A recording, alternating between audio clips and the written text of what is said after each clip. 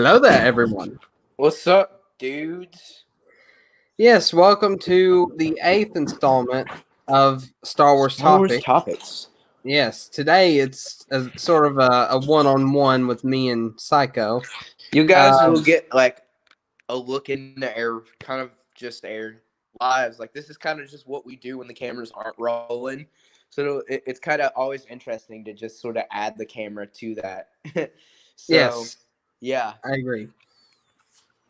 So, today we got a pretty interesting topic, and that's more of whether Obi-Wan and Yoda from the original trilogy were right in what they did with Luke in the movies, and we'll explain what I mean by that. But we're going to go ahead and start talking about Luke's destiny and the Chosen One prophecy. And I think we should probably explain the Chosen One prophecy first before we talk about Luke's destiny. okay, all right. So, um, about the Chosen One prophecy, some people get Luke and Anakin in this mixed up in their roles, which is why I want to talk about Luke's destiny as well. But some people say Luke is the chosen one, where he brought, supposedly brought balance to the Force, but he actually brought his father back to the light. That was his role, and his father is the chosen one, and that's if he hadn't been brought back to the light, he would not have brought balance to the Force. That's basically the whole premise of this first, uh, not exactly topic, but subtopic, I guess you could say. Yeah. But Essentially, Luke is not the chosen one. He's really just the catalyst for Anakin yeah, to be the chosen one. exactly, His role is a very important one, and almost as important as Anakin himself. Considering without Luke, I mean, there really is no chosen one. But he's still not himself the chosen one. He's just he just plays an important role in the prophecy. exactly. So I also want to talk about the Jedi's perception of the prophecy, because it feels like the Jedi had their own idea, and I'm talking about the prequel era Jedi. They seem to have their own idea of what that balance would have actually meant, or what that prophecy would have actually meant. And I want to sort of talk about how the Jedi were wrong in believing the prophecy in the way that they did. I mean, they don't talk about it in the movies too much, so you don't really know how they really believed the prophecy was going to go. But I would assume that their idea of the chosen one coming back and bringing balance would to you know I their don't idea think that would they be exactly thought that. Like I think that they thought that it would happen within their lifetime, and they would kind of just give Anakin the guidance that he needed, and everything would go like smoothly. And yeah, I think they really took it for granted. They're like, we have the chosen one. He's gonna bring balance to the Force. Like everything's gonna work out, because that's what the prophecy says. But when Yoda says a prophecy that misread could have been, or whatever yeah, he says, it's really true. I mean, they did really misread it, considering if that's how they looked at it, they definitely did not foresee the genocide of themselves. And had they done so, they probably would have taken some precautions that were a little differently than they were. I think the Jedi Order was pretty naive in the prequel era. When we actually see them at the height of their power. yeah. And that's another thing, because when you said a prophecy that misread could have been, or when you read it as Yoda, he it seemed like they didn't believe in the prophecy as much, or they seemed like they didn't believe that Anakin was the chosen one. So that also could be stemming to something else, like I would say doubt in the prophecy. Maybe they didn't even believe the Do you prophecy was think that they true. doubted the prophecy, or do you think they doubted Anakin, or do you think that they're kind of one and the same? Probably one and the same. Yeah, Because as soon as I said that, I was like, yeah, they're probably kind of the same thing, but yeah. but what sort of gets me thinking about that is when Qui-Gon discovers Anakin and then brings it before the council saying that he discovered divergence and they're like it's located around the person. Are you referring to the prophecy of the one who will bring balance to the Force? They didn't seem that wasn't like they're They seem I kind of don't like they were scoffing almost. yes. Like, are you And referring? Like, you really think that this kid is the chosen one? Okay, like they were very dismissive. mm-hmm, yeah. And another thing is like the way they said bring him before us. Like they looked annoyed. And that might stem from Qui-Gon being the Jedi that he was and the fact that they didn't really like Qui-Gon seem like it, or at least his ideas. So that could be part of that, whole thing. But um my opinion on that is that they didn't have like strong faith in that prophecy. Yeah, I totally agree. I think that they didn't take it very seriously. Um, and even I don't know. It's like the whole thing with the prophecy. It's like even if they did have complete faith in it, that faith could have completely misled them. If they just Mm-hmm. come to believe that they were safe because they have the chosen one, and you know, all this time he's being manipulated by Palpatine, and yes, he still is the chosen one, but he kind of comes to terms with his destiny later on down the line.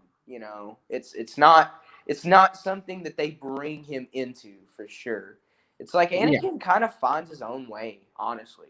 He doesn't Mm-hmm. really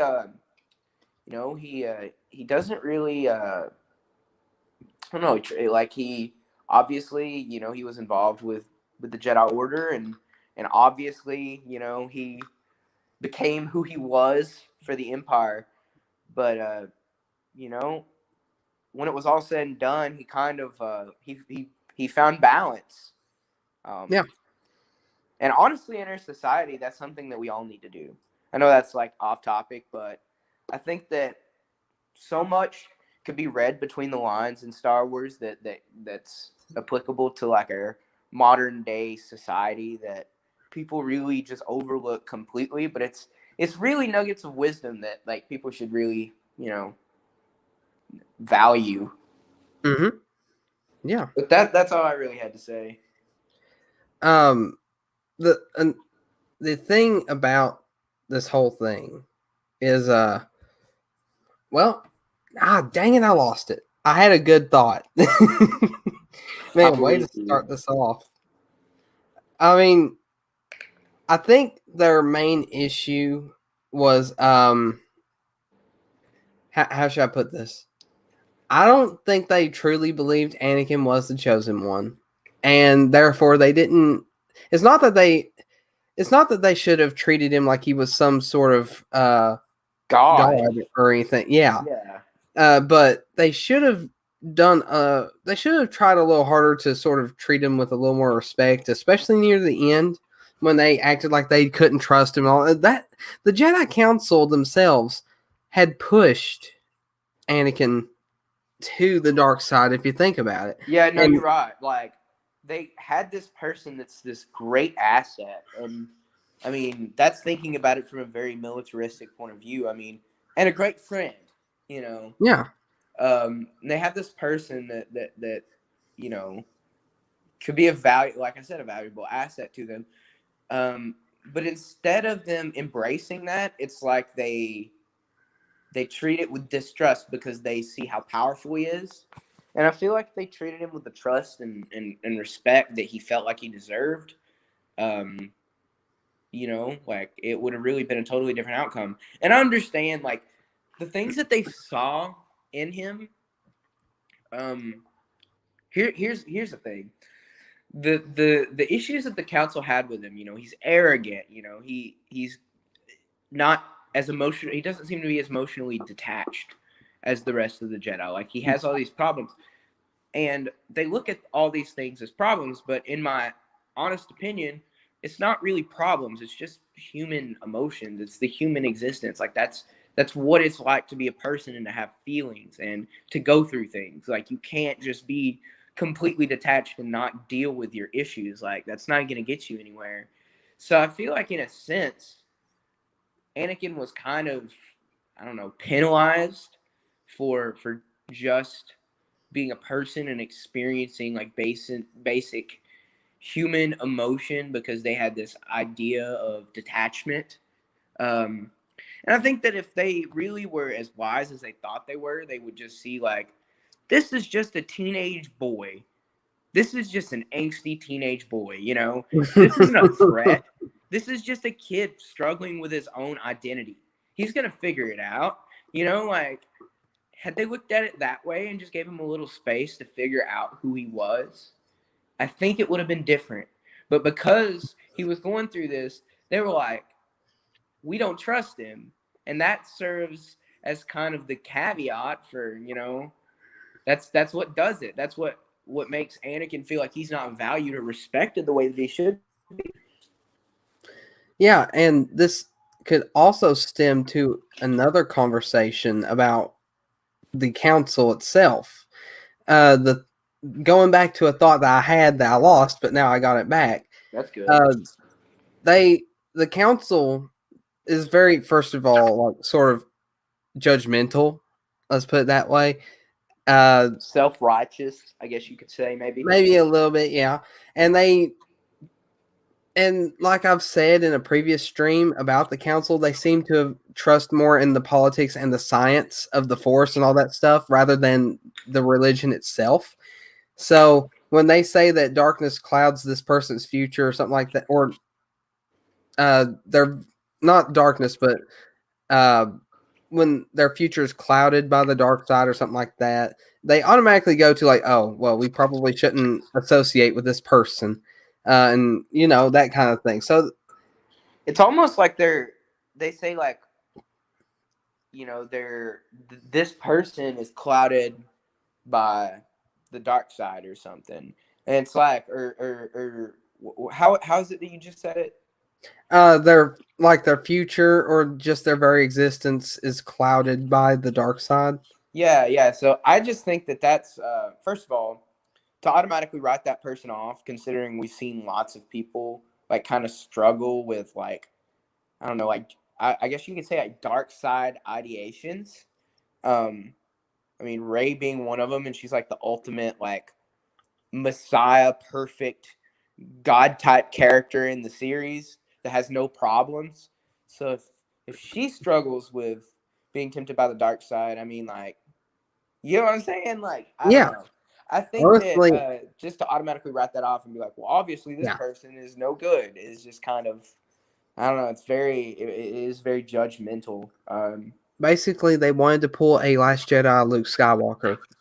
Yeah, and really, if you think about it, the person may not be clouded. Their future may not be clouded. It may be certain. But what could be the deal is that their vision may be clouded by their own ideals, you know? Like Mm-hmm. they have their own ideals about what the force is and about, you know, how things are, how they should be, how Jedi should live and the code that they should maintain. So I think that really I don't know. I think that really caused a lot of problems for them. I think that their emotional detachment caused a lot of problems for them. I think that had they embraced attachment, um, and and maybe been like, you know, Jedi don't necessarily have to live like monks. Like maybe you don't have to live a life of celibacy to be a Jedi. Um, Considering that's just not necessarily realistic for everyone, especially if we're taking these people in, you know, at a very, very young age. You know, it's like by the time that they get to the age that they're, you know, interested in relationships, it's like, well, what have I done? Mm-hmm. It's too late at this point. So I think that had they embraced that, and maybe I'm not just saying just give everyone a pass necessarily, but they could have their own code with how to approach relationships. You Mm-hmm. know, I don't know. I feel like it really affected them in a negative way in the long run.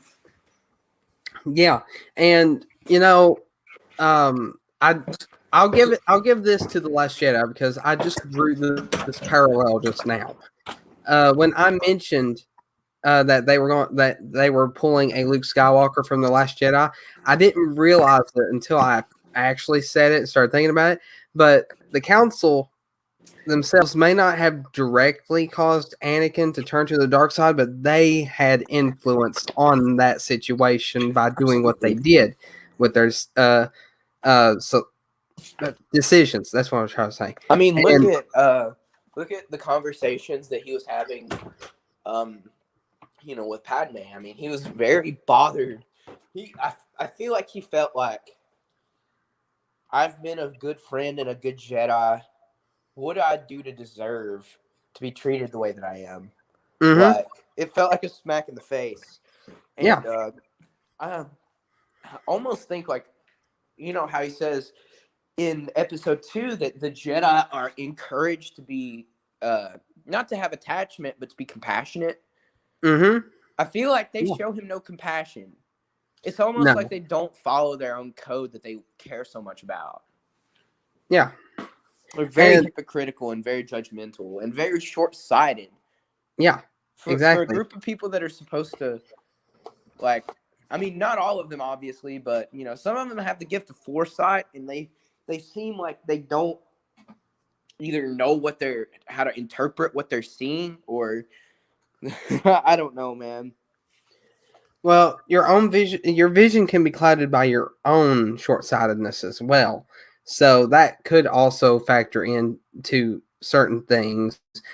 But the point I was trying to make earlier is that yes, the council did play a part in Anakin's turn, but if you look at Luke and Ben Solo, he did the exact same thing.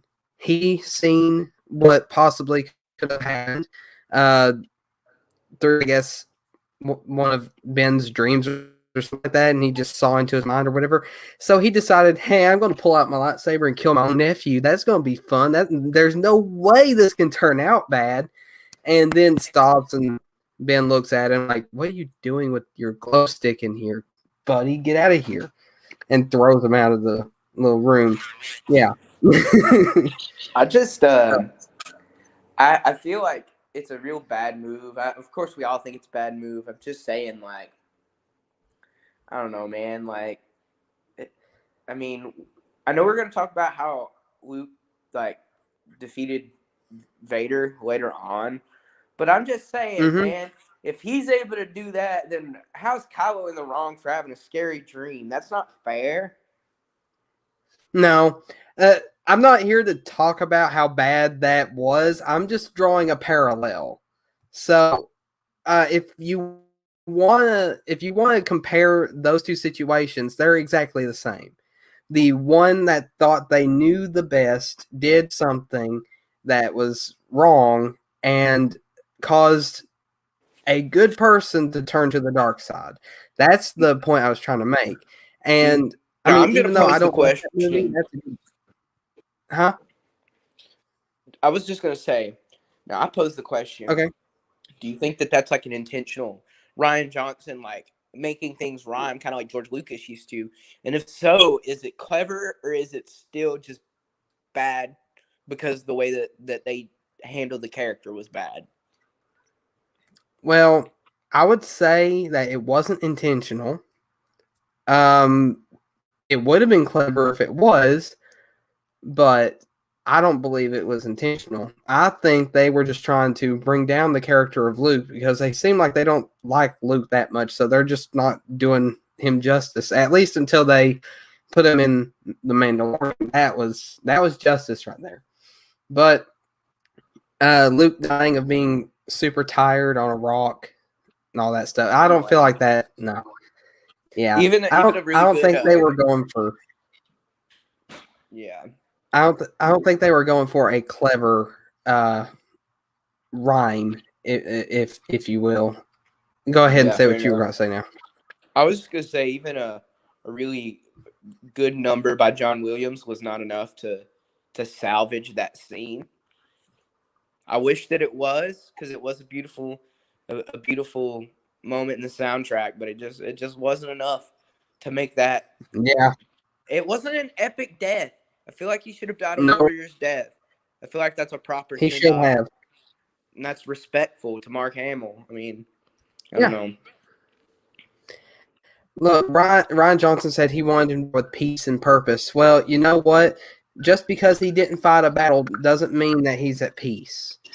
Or just because he's fighting a battle doesn't mean that he can't be at peace, because he can win that fight or he can accomplish what he wanted to accomplish and then feel at peace for accomplishing that. It doesn't matter if they're fighting or not. It's that sense of accomplishment to the person. If I was Luke and my goal was to help my friends escape, and knowing they escaped would bring peace of mind. So just because I had fought somebody earlier doesn't mean that I can't die at peace. I just think that was a stupid description of what that could have been. So, Yes. and maybe I didn't explain it the greatest, but and you know what? We're way off topic, but we're going to get back. Let's get back to the yes. So, as far as the Chosen One prophecy, though, we didn't exactly talk like about what it actually is. Oh yeah, we just kind of got off on tangents about things connected to the Chosen One prophecy. I mean, we did describe it, but basically the Chosen One prophecy is about a specific person who has been chosen by the Force to bring balance to the Force. And if you don't know what balance in the Force means, it doesn't mean equal side dark, equal side light. It doesn't mean that you can become basically a gray Jedi, being able to use dark and light. It's just light. So that means no dark side, no anything like that, no gray Jedi. It's just light. So and the reason for that being is that the light side users don't use the Force to exploit it. Like they use it in a way that it's like a symbiotic relationship between the Force user and the Force if you are a light side Force user. The reason that the dark side is dark is because it's like, as far as I understand, is like it's inherently like exploitative kind of the Force. Like the way that you use it is kind of a way that's not really supposed to be done. Hello, Sir AOA. Speaking of which, hello, Harkin. It's nice to see you. Yes. The Resistance almost gets wiped out because Jake Skywalker decided to Skype instead of being there. Yes. Yes. We can also blame that partially on Rose. Yeah. There's a lot that can be blamed on her, but yeah, that's besides the point. How was that dying with purpose? I don't know.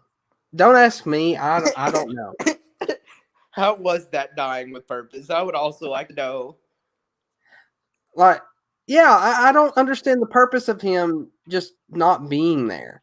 You'd think that he would want to be there in his last moments with his sister, the only family he has left. It kind of doesn't make sense if you think about it. It's almost like they went out of their way to make it less satisfying. Yeah. Why would he not be there? It doesn't make any sense. It's so stupid. And honestly, I've never really thought about this until now. Of course he should be there. Why would they have him on another planet projecting himself? It's so ridiculous. Yeah. It would have been more epic if satisfying way showed up in person to see his last battle, for him to not even be present. I don't know. It's dumb. Well, it wasn't even a battle. It was just him dodging lightsabers so he doesn't get found out for being a hollow projection. It was incredibly anticlimactic. People want to talk and say that the first lightsaber duel for episode 4 is bad. It was bad, but I'm not gonna lie. But if you saw that in the theaters at the time, you probably would have been like, I have never seen anything like this in my life. But yeah, there's really no excuse for that scene. That scene is just not fun to watch.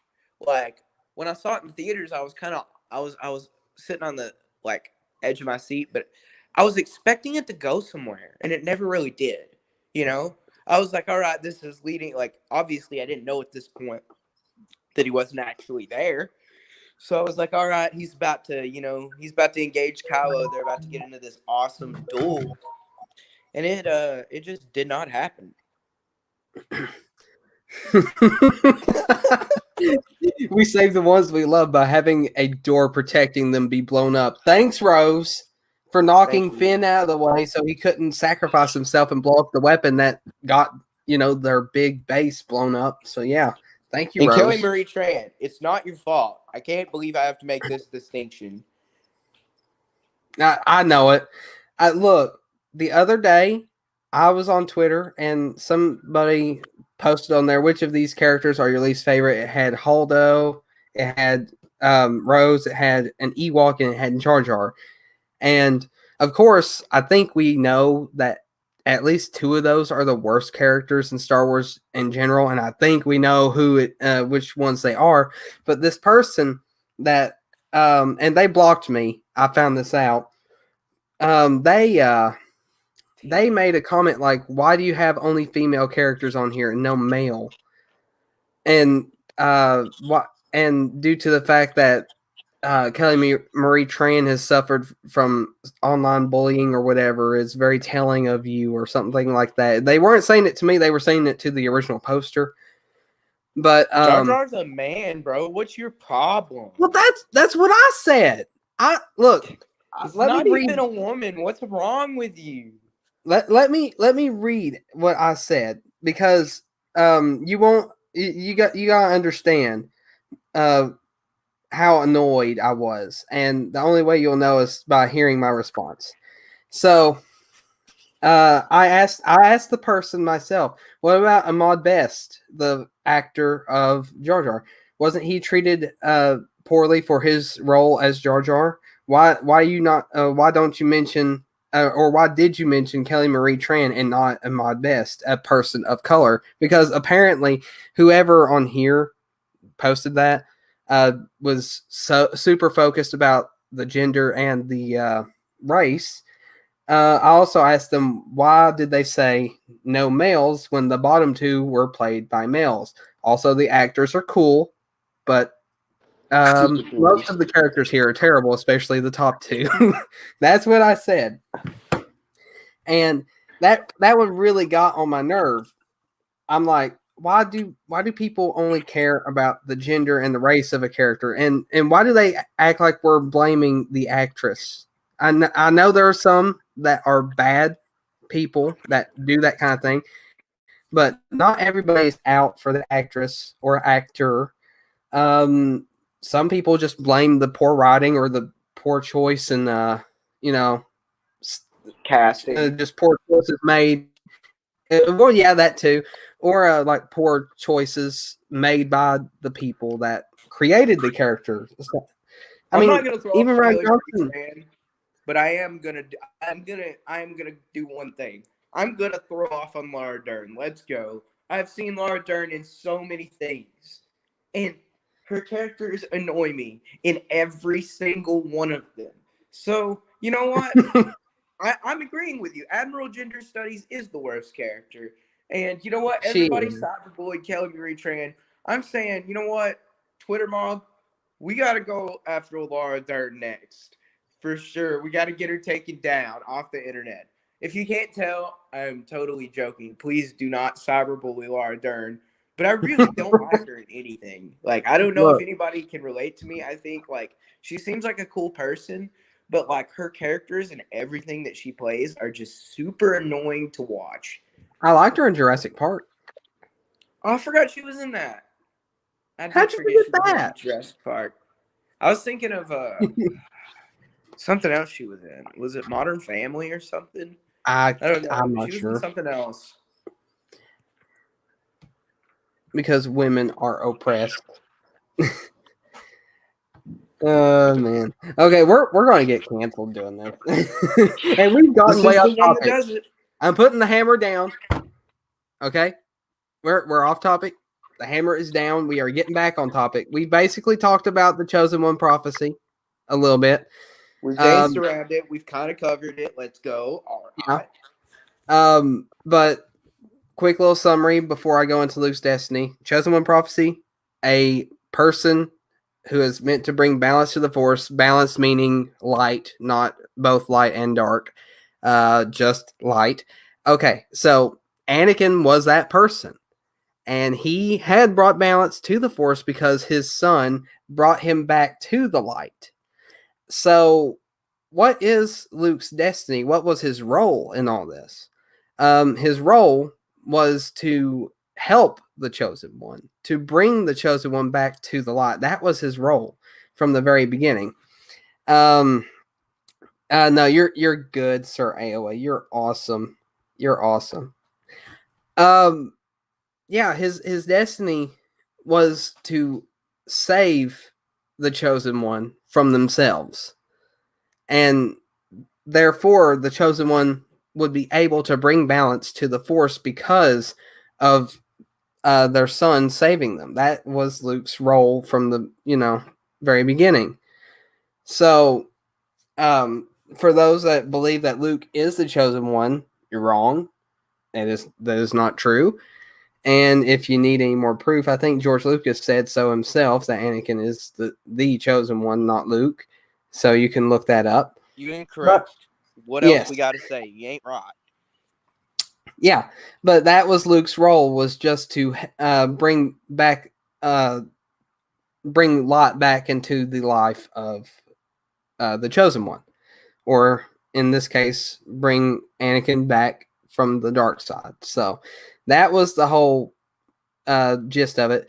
Okay, so we're going to move on from that, and we're going to talk about Obi-Wan and Yoda and telling things from a certain point of view.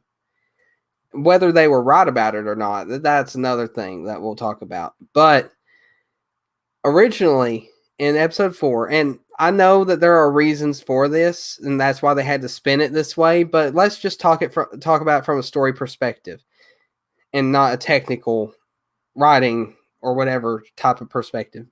So, Obi-Wan told Luke about his father and told him that a young Jedi named Darth Vader had turned evil or evil. I said it just like Alec Guinness. Evil. Evil.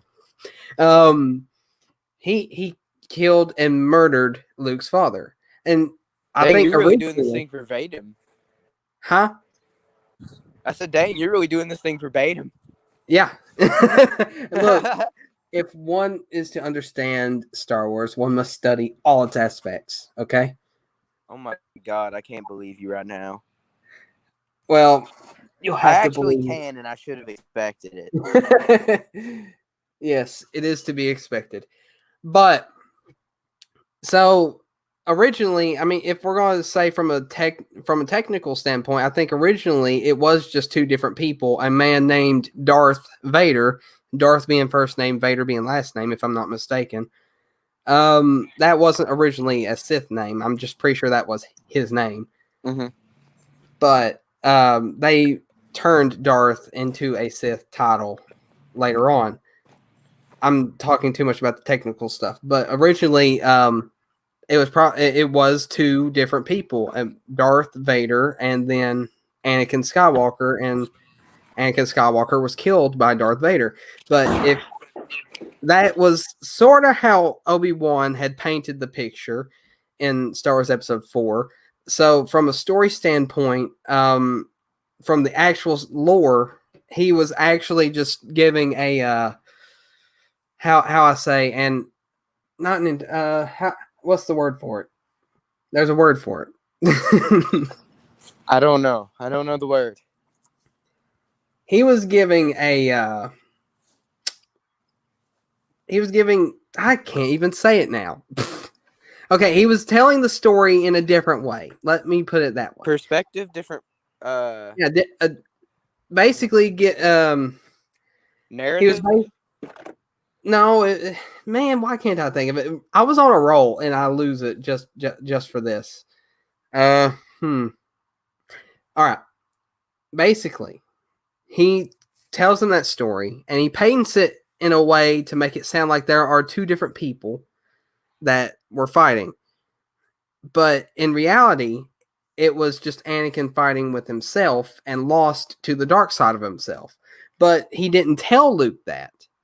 He didn't. If we think about what they talked about in episode 5 and 6, or episodes 5 and 6, yeah, they seemed like they did not want to tell Luke that Vader was his father. And why would that be? Because I'm thinking they either wanted, well, I can't even tell you for sure if that's really what it was, but I felt like they wanted Luke to kill Vader. And that's the thing that I don't like about that. It feels like they were doing that in a way to deceive him and sort of manipulate him into that, but they're also Jedi, so why would they do that kind of thing? So I don't know if that's actually the case where they were just trying to hide the truth on purpose. But this certain point of view thing is sort of like it's sort of a deceitful if you think about it, and they really tried avoiding the telling. They really tried to avoid telling Luke that Darth Vader was his father. So maybe they were afraid that Luke wouldn't face Vader and possibly beat Vader somehow, whether it meant by killing him or I bringing think him that back to that's life.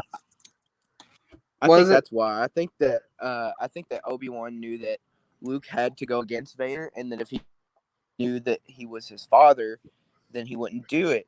But in a way, it is kind of messed up because it's like they kind of just spun the story in a way that Luke would be more likely to fight him. Yeah, exactly. And that's what I was trying to say. They spun it in a different direction. They were telling the same story, just basically not telling it the right way. Okay, he disappeared. He'll be back.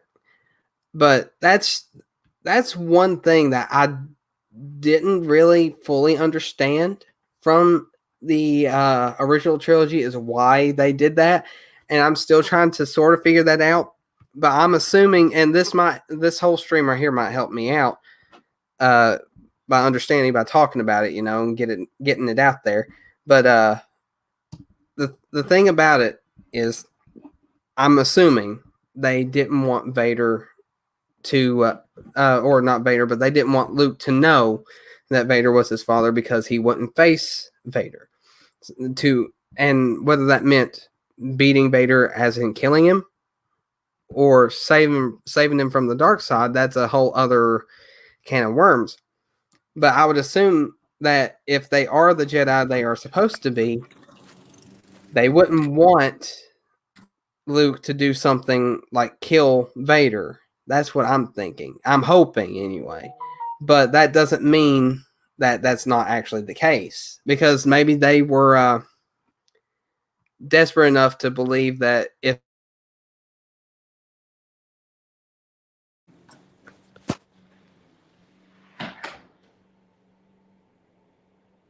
Can you hear me?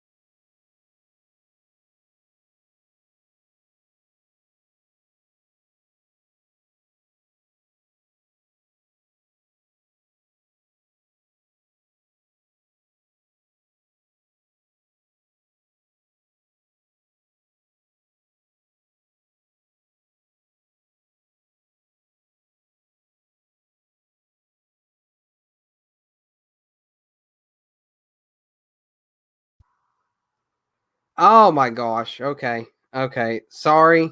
Sound seemed to have messed up. Is there sound now?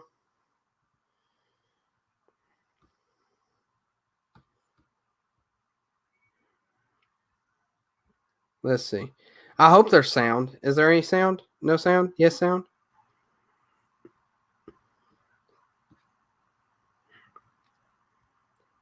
I think maybe there are some technical issues going on. Oh, there is sound now? Okay. Okay. That's good. That's awesome. Psycho, is there any sound for you? Can you say words? He might be having some technical issues. Oh, okay. Let's see. Will this work? Are you good now? I'm good. Okay, okay. I don't know how long the sound was out. It was a So minute, dude. about a minute. I don't Let's see. know. I don't know how long. This can be explained by this. Okay. Also, this can be explained by a simple case of character story rewrite. If you want to be talk about the technical side of it, yes. From the lore, from a perspective of the lore, they told the story in a way to keep Luke from knowing, so he would undoubtedly face Vader without any, I guess, objections to doing so, or without risking the fact that how was I going to say that? I am terrible tonight. You clicked on my lap. Oh, well, sound. Well, dang it. Sound disappeared when you clicked on my lap. Okay. Sir AOA, for some reason, when I click on your posts, I lose sound, so I'm going to stop. No, I'm just kidding. I didn't lose it that time, right? All right. Now back to what I was saying. So, no, I think it was wrong. I don't think Yoda and Obi-Wan should have withheld that information the way they did. I mean, I guess it was sort of acceptable to tell the story that way and then tell the truth later.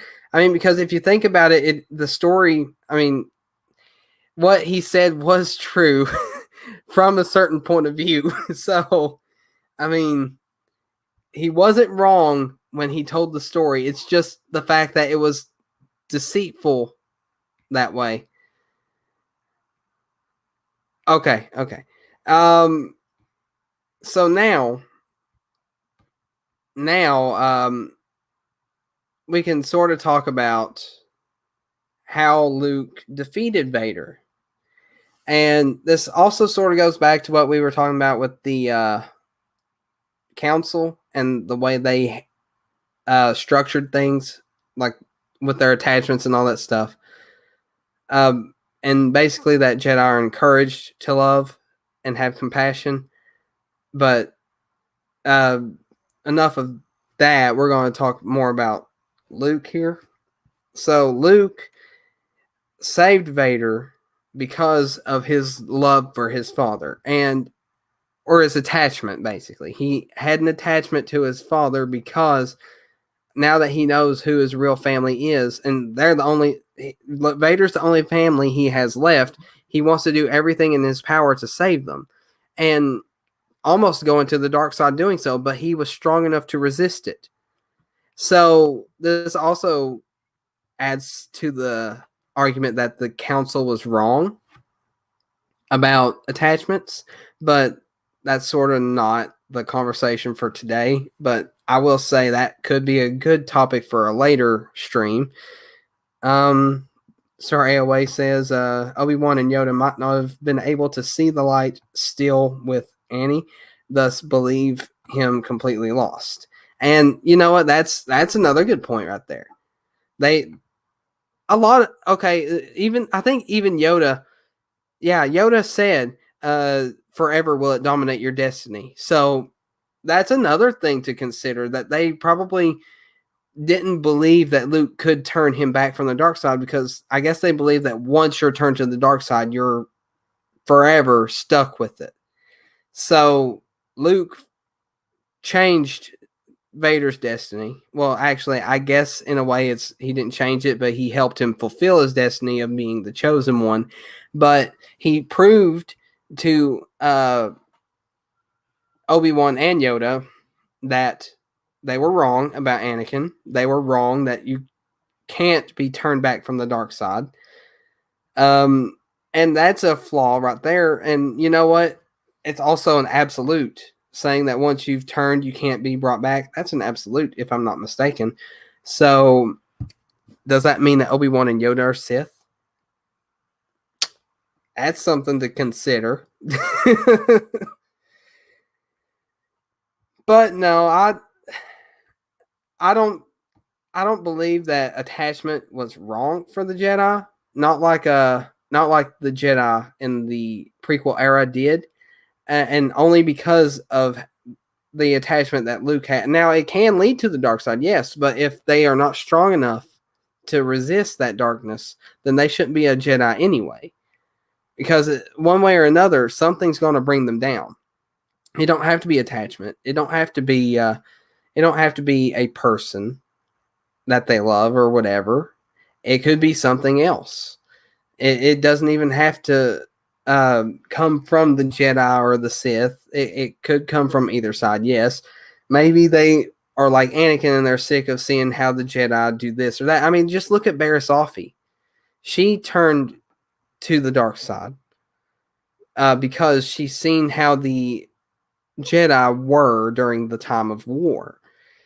Basically, she believed that they were too politicized, lost their way. And, Anakin started feeling the same way in episode 3.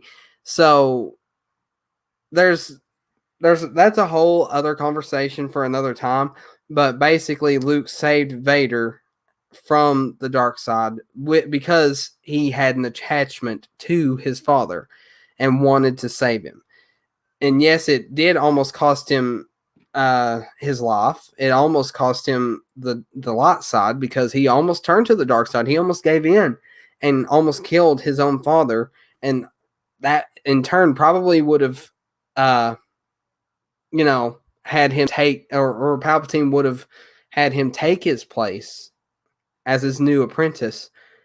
That, or he would have embraced the dark side. And, if, and you know what? I think another reason why a lot of Jedi turned Sith is because it was grounded into their heads that once you're a Sith or once you give into the dark side, you're basically, you're gone.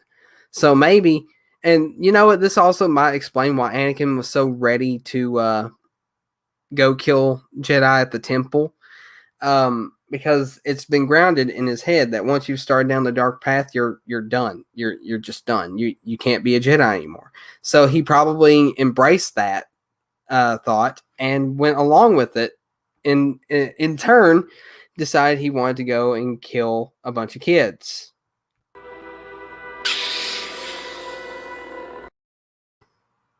I can't go one stream without mentioning that. Or at least we can't have one stream without mentioning that. So I felt like that was a good tie-in to that little conversation. But anyway, so yeah, that's sort of the gist of it. And I hope I explained some of that decently well. I'm not used to doing these things solo, so that's, I don't know why or how things got to the way they were. Let's see. You just wanted to show. Yes, I wanted to show that. I've been looking for a reason the entire time. I can't go a stream without it, okay? Okay? You happy? You happy? I'm happy. It's just funny to play these little clips, I just love it. Usually when usually the first thing that comes into my mind is the hello there clip, and I usually play it at the beginning, and I don't think I did this time, so I'm gonna make up for that right now. Hello there. All right, there we go. I feel better now. Oh, be quiet. Be quiet. Oh, dang it. Be quiet. It's not meh. It's awesome. Yeah, I'm not used to doing these alone, so this is a little awkward. All right, so I'm going to go ahead and give my thoughts on the third episode of the Bad Batch since I have. Well, let me say a thing or two first. So I didn't put a video out Monday, and that's unfortunate. I was trying to record one, but apparently the sound is messed up, and I hadn't been able to fix it yet. I'm working on it, but for some reason I'm struggling to get it fixed. So I will have videos out eventually. I don't know how it happened either. I hadn't changed anything, so I don't know why the sound decided not to work. Maybe it's just my computer being weird. But I will have that fixed, and I will start putting videos back out on Mondays. I don't know if I'll have one out this Monday. I'm still trying to figure out what's keeping the sound from working. But I will. Oh, hey, Lizzle. Hello. Hi. Nice to see you. Hope you're doing well. I'm solo right now. And no, I'm not Han Solo. No. Let's see. I've been solo. Oh gosh. I hope you don't kill me for that pun.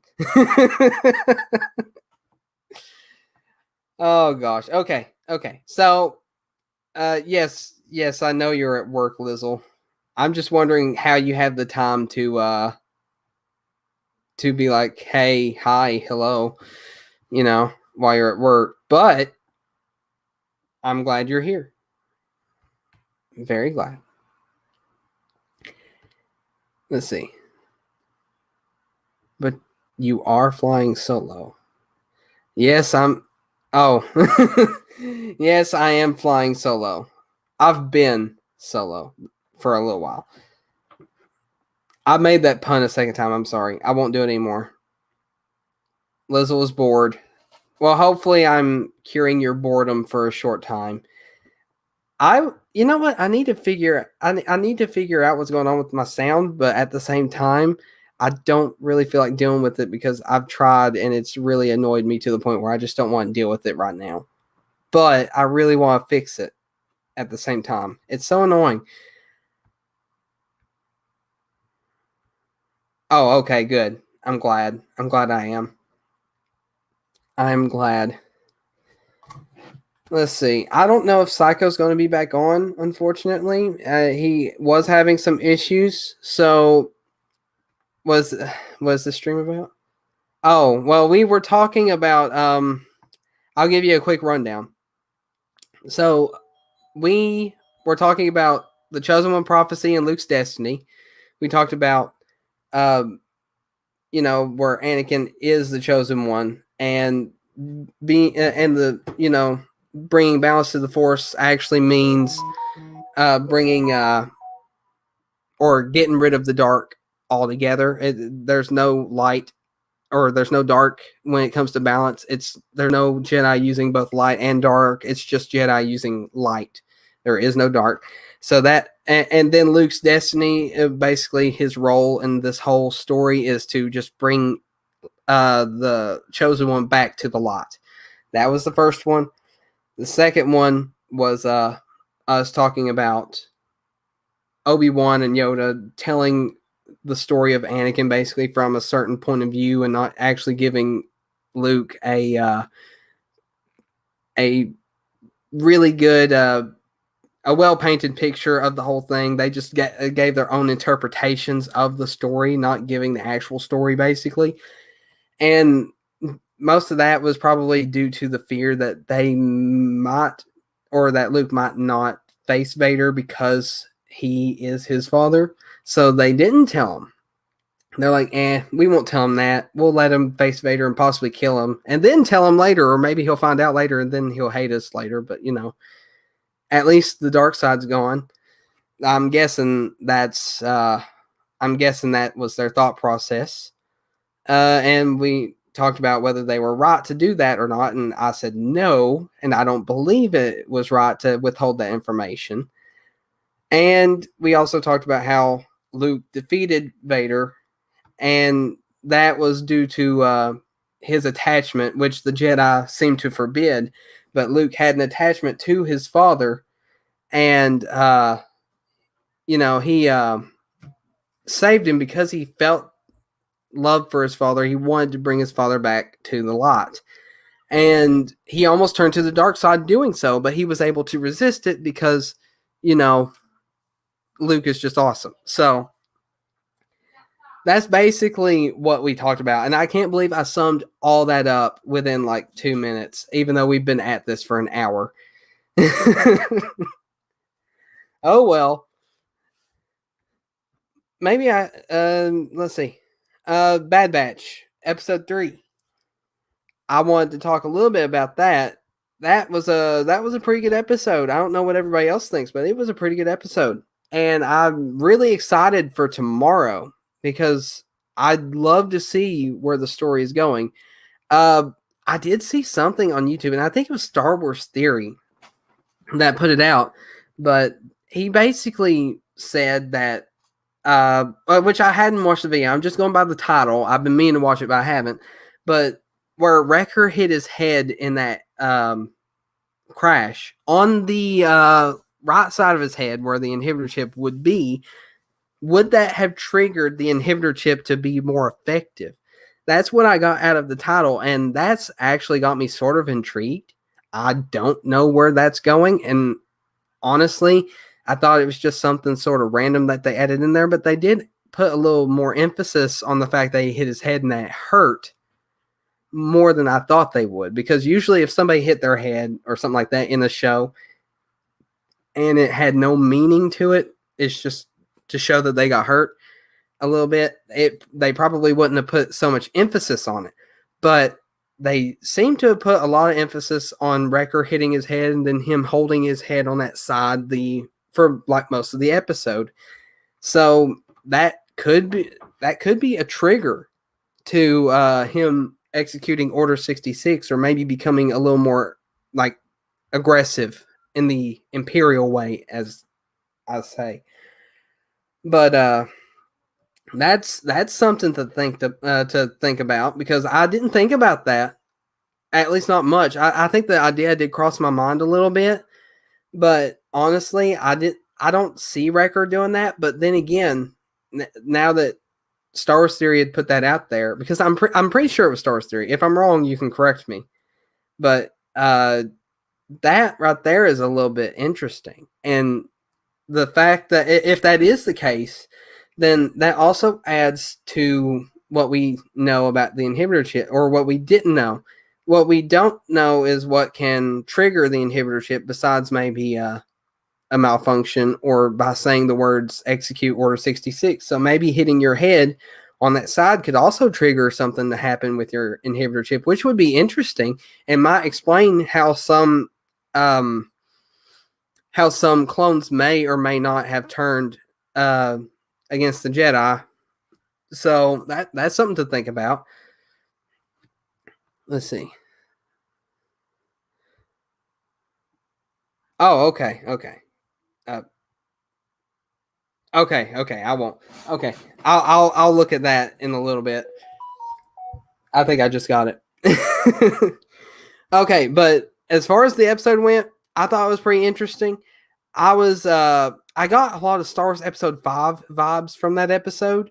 I was really I was feeling like where they were stuck on that asteroid, where Han, Leia, Chewie, C-3PO, they were all stuck on that asteroid.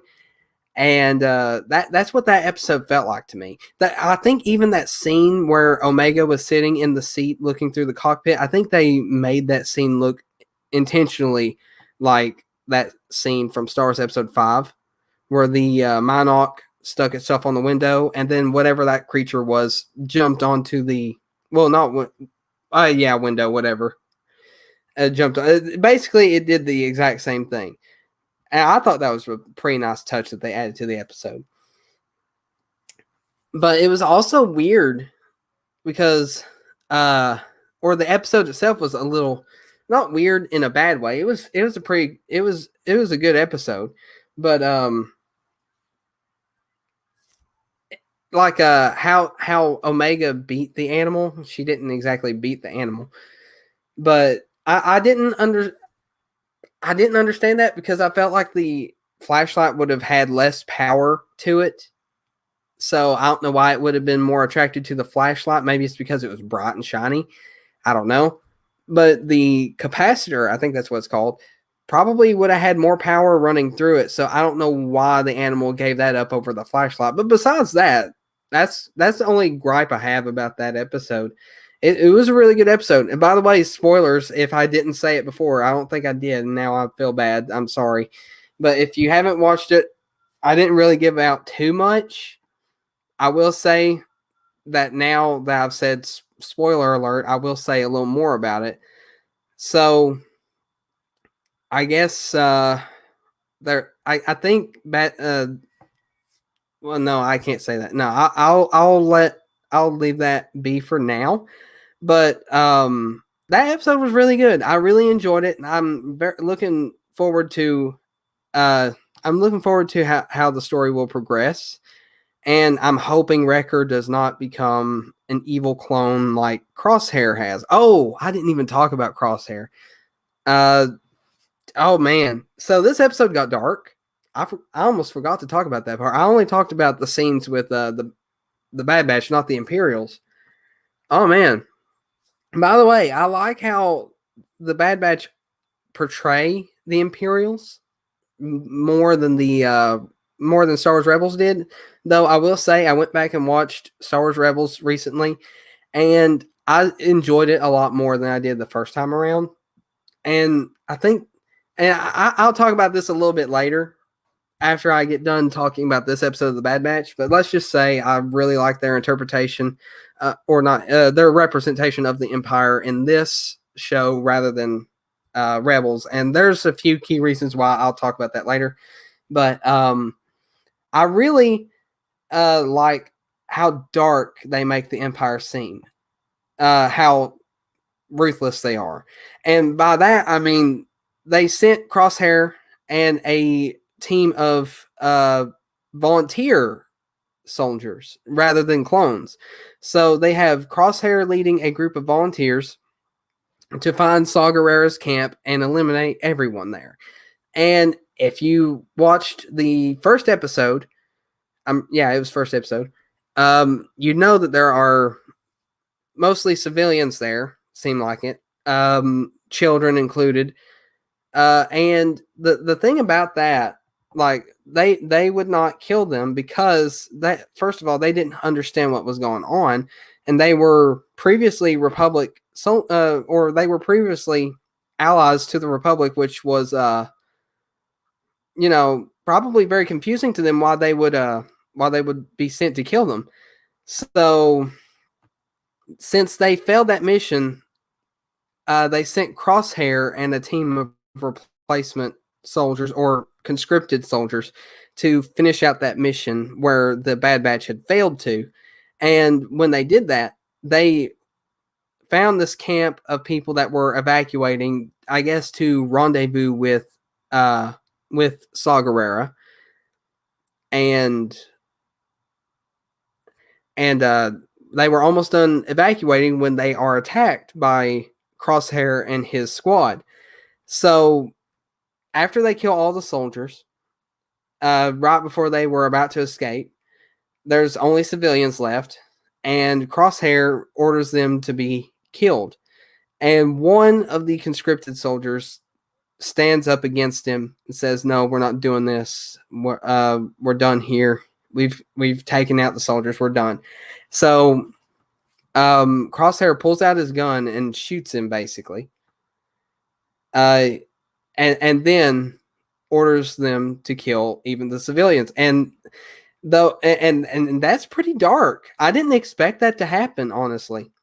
I really didn't expect it to happen. I didn't know that they had, or I didn't know they were going that direction, which I'm very glad they did, because that shows how dark the Empire can get. And that is something that we've sort of lacked, because anytime they show the Empire, they sort of show them as incompetent, and I sort of hate that. And I'm talking mainly about Rebels and the sequel trilogy. The sequel trilogy didn't have the Empire; they had the First Order, but the First Order seemed incompetent, and I mean, they didn't seem intimidating. That's another thing. They haven't seemed intimidating at all. And that's the problem. And I like how Bad Batch is portraying them as this intimidating, ruthless force of soldiers, hell bent on taking over the galaxy. So I like the direction they're going with all this. And Bad Batch is really casting a lot of light onto what things were like after Order 66. And that's an era that I've always wanted explored. But usually when they explore something like that, they go closer to the original trilogy rather than directly after the prequel trilogy. So this is sort of a refreshing look at the aftermath of Order 66, and I like that a lot. So, quick summary, I guess, of how I feel. I really. Oh, hello, Sign Kitty. Hello. Nice to see you. But quick summary on how I feel. Not summary. I said that again. But basically, I love it. I want more of it. I'm excited for it, and I'm going to watch it. I'm going to watch it tomorrow. Which I really want to see what they're going to do with this next episode. I forgot her name, but the character from The Mandalorian. Why did I forget her name? The one that it's the one character that I can't even speak anymore. I've said that a lot. Boba Fett saved her. It's that character. I forgot her name. Why have I forgotten her name? Well, I'm waiting to see when her character shows up. And I'm also excited to see when Rex and possibly Ahsoka shows up in this show. I mean, I doubt that Ahsoka's going to show up, but that would be really cool if she did. But I sort of doubt it because, or at least she might show up in one episode or be mentioned by Rex or something like that. I don't know, but I know Rex is going to show up, and I'm super excited for that. But when it comes to Rex being in the show, I think that he's going to pull an Ahsoka from Rebels and only be in it like every once in a while, because everybody loves Rex, and if they put Rex in there, he'll practically take over the main role, or at least people would expect that. People would watch it mainly for Rex, and that's not exactly something they're going for, because Rebels wasn't something that we were super interested in at first, but when they brought Ahsoka in, it's like everything changed. And the thing is, they can't show these big characters like this so much in the show, because the show would practically end up becoming a show about them, like Vader or Ahsoka. Oh, nice to see you again, Psycho. You've returned. I have returned at last. I was having technical issues. My phone died and it started freaking. Well, first off, the audio started freaking out, and then it just died and wouldn't boot up for a very long time. So, but here I am once more. Man, We're talking about Bad Batch episode 3, I see. Yes. You can give your thoughts on episode 3. I've tried to carry the stream for like the last I don't know how long, and I'm not used to this kind of thing. So go ahead and start saying words. Yeah. So I really enjoyed every episode of the Bad Batch so far, and I was really kind of not sure what it was going to offer to the lore. Just kind of being pretty unfamiliar with the Bad Batch, other than seeing what little we did of them in season 7 of the Clone Wars. Was it season 7? Yeah. Yes. Yeah. So and I was kind of detached from them at that point, because I was like, bro looks like Snake from Metal Gear Solid. Like the one dude looks like the Heavy from Team Fortress 2. Like, I don't know. Like, I wasn't a big fan of it, but really, really enjoyed every episode so far, and really enjoyed seeing like sort of the transition of how the Empire like started using just normal people instead of clones, because that's always like a period in like Star Wars that I felt like we could have always seen more of, because it's so interesting, just that period right after Order 66. Like that's it's a really interesting transitional time, for the Empire. So yeah, I really love the period of time that the Bad Batch is covering as well. Like it's just really cool. And honestly, the animation that we were also excited to see make a return, it's honestly gotten even better. I would argue. Like they've definitely made strides. They're taking advantage of that Disney money, and they absolutely should be. Um, Oh yeah, Filoni's really an artist. I mean, there's nothing really else to say about it. The way that, yeah, Rainbow, yeah. Rainbow. That's I a thought so that's a too. great comparison. Yeah, that's what I was getting from it too. Hey, you were Um, saying the exact same but thing I was saying before you got on here, talking about like loving the time period that it's covering and all that stuff. I just, I yeah, man, really it's a enjoy. really unique period. Yeah, it's something that I'm they haven't really excited for touched Marvel. on. Oh yeah, same here. And you know what? I also forgot to talk about the Kaminoans in this episode. They seem to be getting even more frustrated with the Empire. Yeah, they ain't feeling it.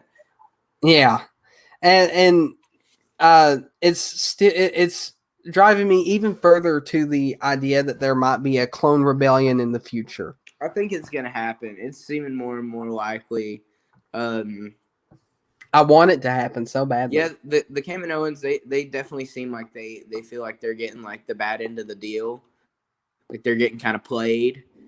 Yeah. So I think it's likely, but Look, we know which let way it has to end realistically. yeah.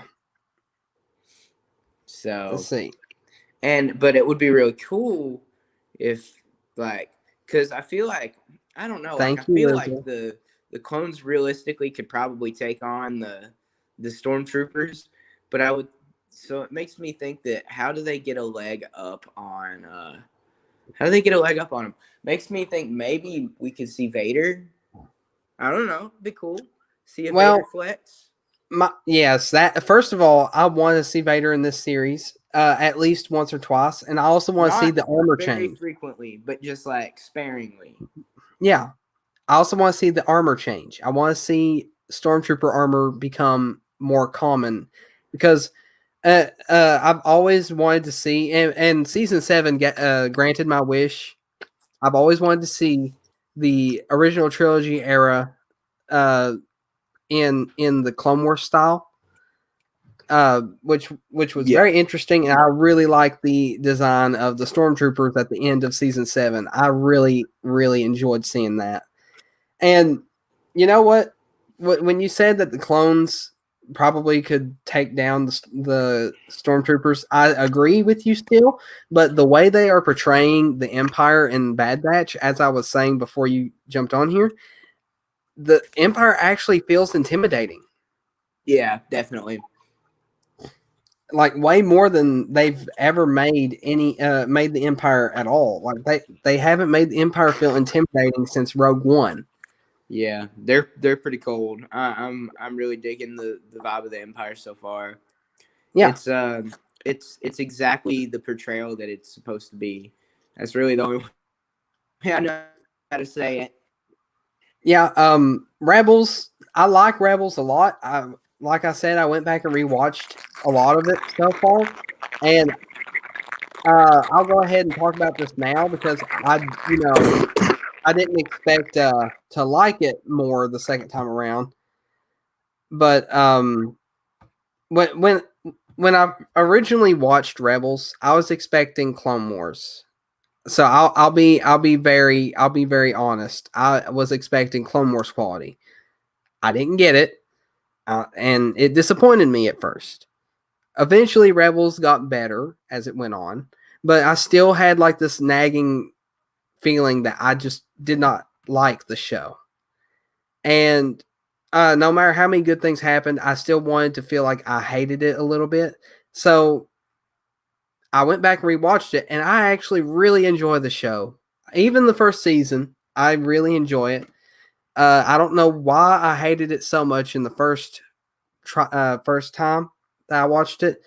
Which after season 2, I actually did start enjoying the show, but um, rewatching it has really brought a whole new perspective for me for that show, and I actually really enjoy it. But one thing that really gets me about that show is their portrayal of the Empire, how they're incompetent and not at all threatening. So that's where I was going with this.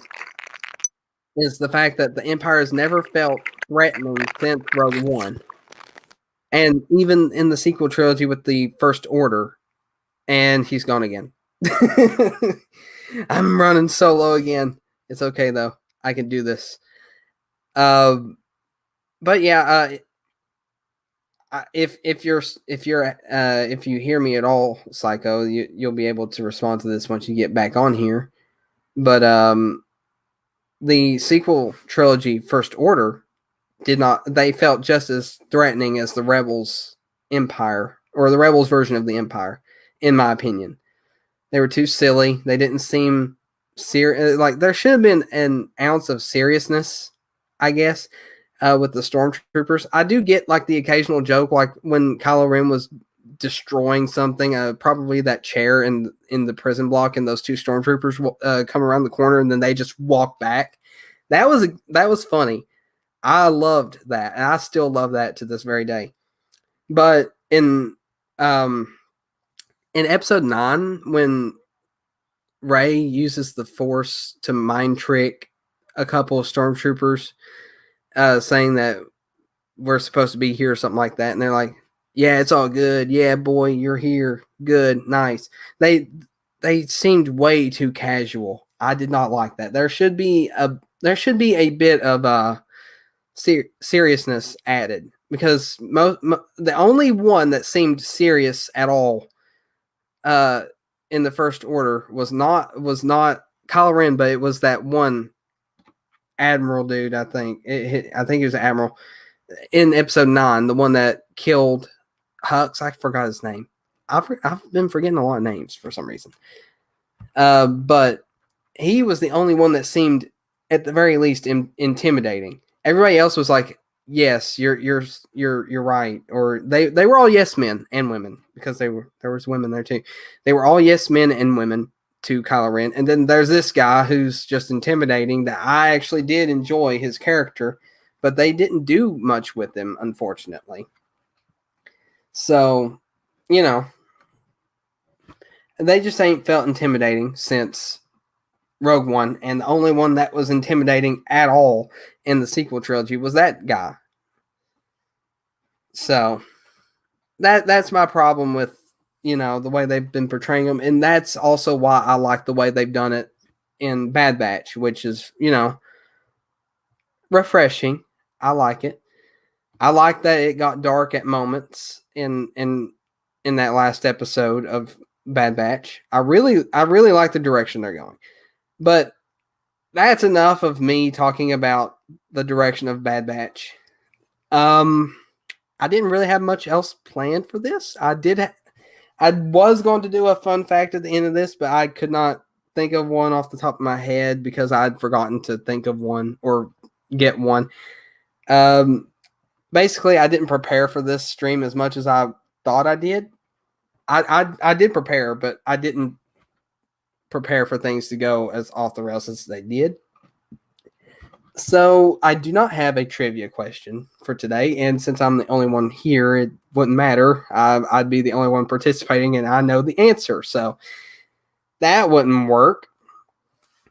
But all in all, I think today's stream went pretty good. I sort of got the ideas that I was trying to get out. I got them out. So maybe that everybody else can decide if they want to discuss this they have something to sort of look back on, which there's probably a lot of better people out there to look at because they're probably more well informed. They do this as a job, so I don't do this as a job. I do this as a hobby, so I'm not as much able to do what they do, but I do try to make the best thing I can make with the time that I have. And I will eventually get those get the videos coming back out. I just got to fix the audio. Whatever issue is going on, I will have it fixed eventually. So hopefully this coming Monday, I will have another video out. But the way things are going, I'm going to start doing some more research on this thing and see if I can figure it out. So maybe if this happens again, I will figure it out. But things happen. And hopefully I can figure out what's going on, and then things will start working smoothly again. It's been a very hectic month, so things have not went as smoothly as I wanted them to. I've been super busy and tired. It's just been a busy month altogether. So hopefully once things smooth out, though, I will have better stuff coming out. I will be more prepared and more able to do all this kind of stuff. So bear with the channel for a short time longer if you are willing.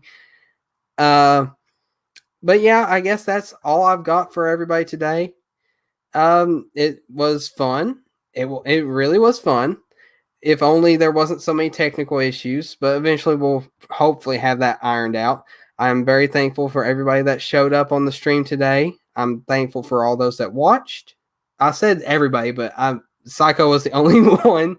So thank you, Psycho, for being on the stream today. I know you're not here, but if you rewatch this or whatever, then you can at least hear my, me thanking you.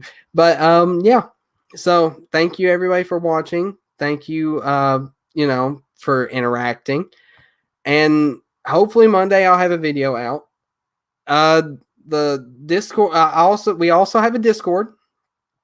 Yeah. See, Sir AOA has me. I said it before I read it, but he was reminding me. So thank you, Sir AOA. Yes, we do have a Discord, and as Psycho would say, what are you doing with your life? You need to be on that Discord. So I got a link for it in the description. If you want to join our Discord.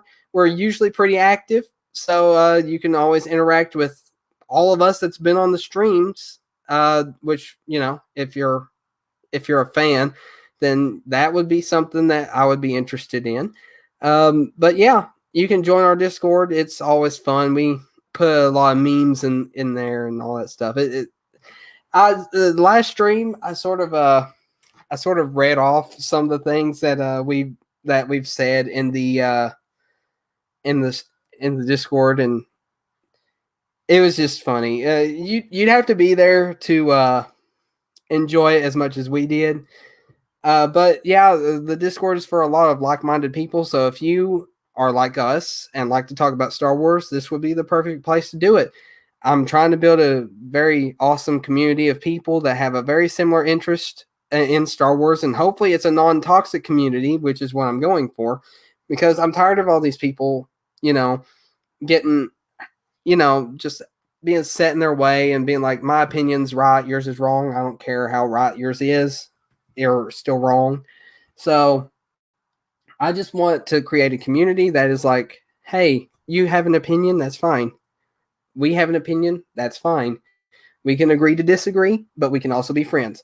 That's what I'm going for. So if you want to join in the Discord, that would be awesome. That's the place you want to be for that kind of community, if that's what you're interested in. And I'm also on Twitter. You can follow me at TFC_Star Wars, which is the Twitter for the channel, not my personal one. I don't have a personal one yet. Hashtag non-toxic Star Wars. Yes. I always put that tag in all of my tweets, or most of my tweets. I'm really pushing for a non-toxic Star Wars community. So yeah, if you want to be part of that, you're always welcome to join the Discord. You can follow me on Twitter. And no, I am not going. I am not going for the 4th. Okay, I'm not doing it. I'm alone on here right now. I'm not doing this for 4 hours. I don't think I can do it. Leave me alone. Oh well, it's been fun. I will. Let's see. Uh, I'm going to. Okay, I'll give you a quick not a teaser exactly, but if you have any suggestions for games that I should play, because I'm going once I get the sound working, I'll be putting out games, but or gaming videos. If there's a game that you want me to play, just leave. You can either put it in the Discord. That's where I'll probably see it first, or you can tweet it at me or something like that. But or you can put it in the comment section of this video. But I'm always interested in what everybody else would want me to do, because what you guys want is probably what I want to do. I'm just trying to build a really cool channel for everybody to enjoy. So if there's a specific game that you want me to play, just let me know. I'll see what I can do. I'm also trying to come up with ideas for like a gaming series, like maybe doing some Minecraft or I've got one series already in the works. If I can ever get sound working again, I'll be able to do it. But I'm actually going to be doing, well, I won't make anything certain just yet because I don't want to say something and then not do it. But basically, I am trying to do a KOTOR playthrough, Knights of the Old Republic playthrough. I started it and I sort of messed up with the video, but I'm working on doing a full playthrough of that game. So whether that works out or not, I'm not going to say I'm going to do it until I know for sure it's going to work out, because I don't want to lie to you. But if you want me to play KOTOR, I will for sure be working on a series for that. I'm going to do mainly Star Wars games on this channel, but I will play some other things as well, because there's a lot of other things I'd like to play on this channel. That is, I got a lot of ideas. Oh, there was one thing I wanted to say when Psycho was on here. I'll save it for next stream. I'll save it. I've got like this uncanny ability to tell the future. Not really. Sorta. Not exactly tell the future, but predict things. And it happens every once in a while. But I'll tell you, I'll talk about that in the next stream, because it sort of ties in with the the idea that there may be a clone rebellion. And if there ends up being one, I'll be flexing the fact that I predicted that to come. I am I'm very good at predicting things. Now, you know what? I'll go ahead and say it. If you've played Destiny 1 and then waited for Destiny 2, like right before Destiny 1 ended, and when they announced Destiny 2 was going to be a thing, I was saying I want the game to start out in the tower, where the tower is being attacked by the Fallen, and us having to defend the tower, and that's basically what we got. But with the Cabal, I also predicted that Star Wars Rebels was going to be called Star Wars Rebels way before that was even. I don't think Disney had bought Star Wars at the time that I predicted this, because Star Wars: The Clone Wars was still going on, and I'm like, I wonder what the if they'll make another show that takes place during that time era and what they would call it. And I thought Star Wars Galactic Civil War, Star Wars Rebels. Those were two of the names that I thought of. So I have like this weird uncanny ability to predict things like that. It's so maybe hopefully this uncanny ability will also predict the Clone Rebellion successfully, which is something I really hope for. But yeah. Okay, I'm done rambling. I'm just going to go ahead and end the stream, but thank you all so much for watching. I've rambled way too long. All right. Yep. Thank you all for watching. Thank you for being here. Thank you for interacting. Join the Discord. Follow me on Twitter. Subscribe to the channel. Like it if you see fit. Share it with your friends. Yeah. And I will see you all in the next one. Goodbye, and may the force be with you always.